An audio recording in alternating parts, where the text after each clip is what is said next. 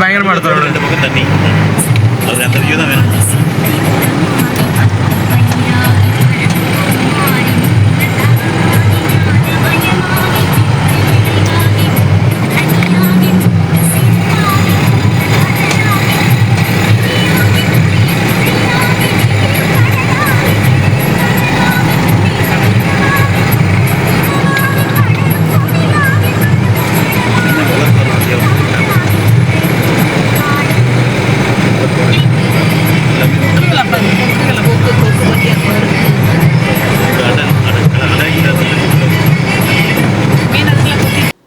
இப்போது நாம் சென்று கொண்டிருப்பது கோதண்ட ராமர் கோயிலை தரிசனம் செய்ய சென்று கொண்டிருக்கிறோம். இந்த கோதண்ட ராமர் கோயில் இராமாயண கதையுடன் தொடர்புடைய கோயில். இந்த கோயில் ஒரு புனிதமான ஒரு கோயிலாகும்.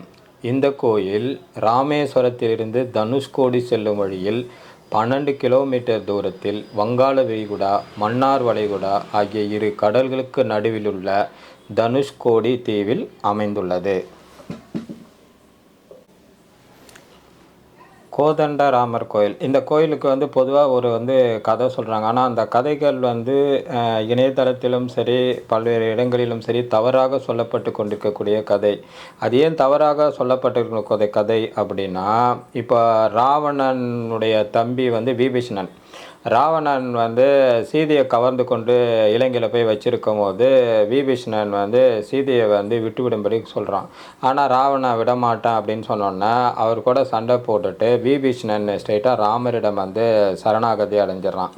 உடனே ராமர் அவரை தன்னுடைய தம்பியாக ஏற்றுக்கொண்டு போர் நடைபெறுவதற்கு முன்பாகவே என்ன பண்ணுறாருனா, இலங்கையை வெற்றி பெறுவதற்கு முன்பாகவே அவருடைய விபீஷணன், ராவனுடைய தம்பி விபீஷணனை இலங்கைக்கு வேந்தனாக பட்டாபிஷேகம் செய்தார் அப்படின்னு சொல்கிறாங்க. ஆனால் இது தவறான கதை என்பதை அங்கே இருக்கக்கூடிய அந்த பலகையில் இருக்கக்கூடிய வரலாறை பார்த்தாலே தெரிஞ்சிடும்.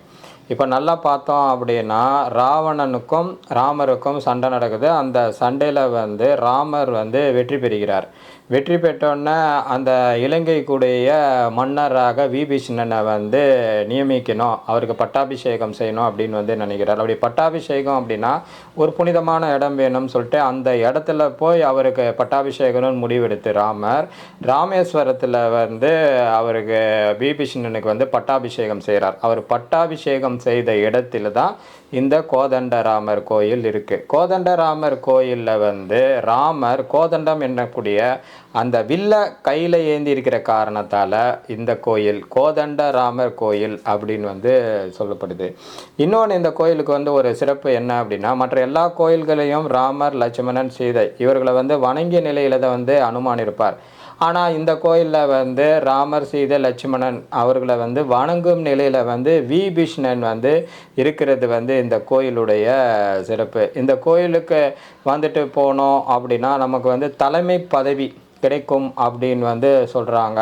நம்மளுக்கு யாராவது எதிராக செயல்பட்டாங்களோ அவங்கள அழிக்கக்கூடிய வல்லமை நமக்கு வரும் அப்படின்னு சொல்கிறாங்க. எதிராளியை வீழ்த்தக்கூடிய சக்தி நமக்கு கிடைக்கும்னு சொல்கிறாங்க. இந்த கோயிலில் வழிபடுவதன் மூலம் நமக்கு உயர்ந்த நிலைகள் அத்தனையும் கிடைக்கும், உயர்ந்தவர்களுடைய ஆதரவும் கிடைக்கும் அப்படின்னு சொல்லக்கூடிய நிலையில் இந்த கோயில் இருக்கிறது. ஆகவே கோதண்ட ராமர் கோயிலை வணங்குவோம், அனைத்து வசதிகளும் பெறுவோம், செல்வங்களும் பெறுவோம், கோதண்ட ராமரினுடைய அருள் பெறுவோம்.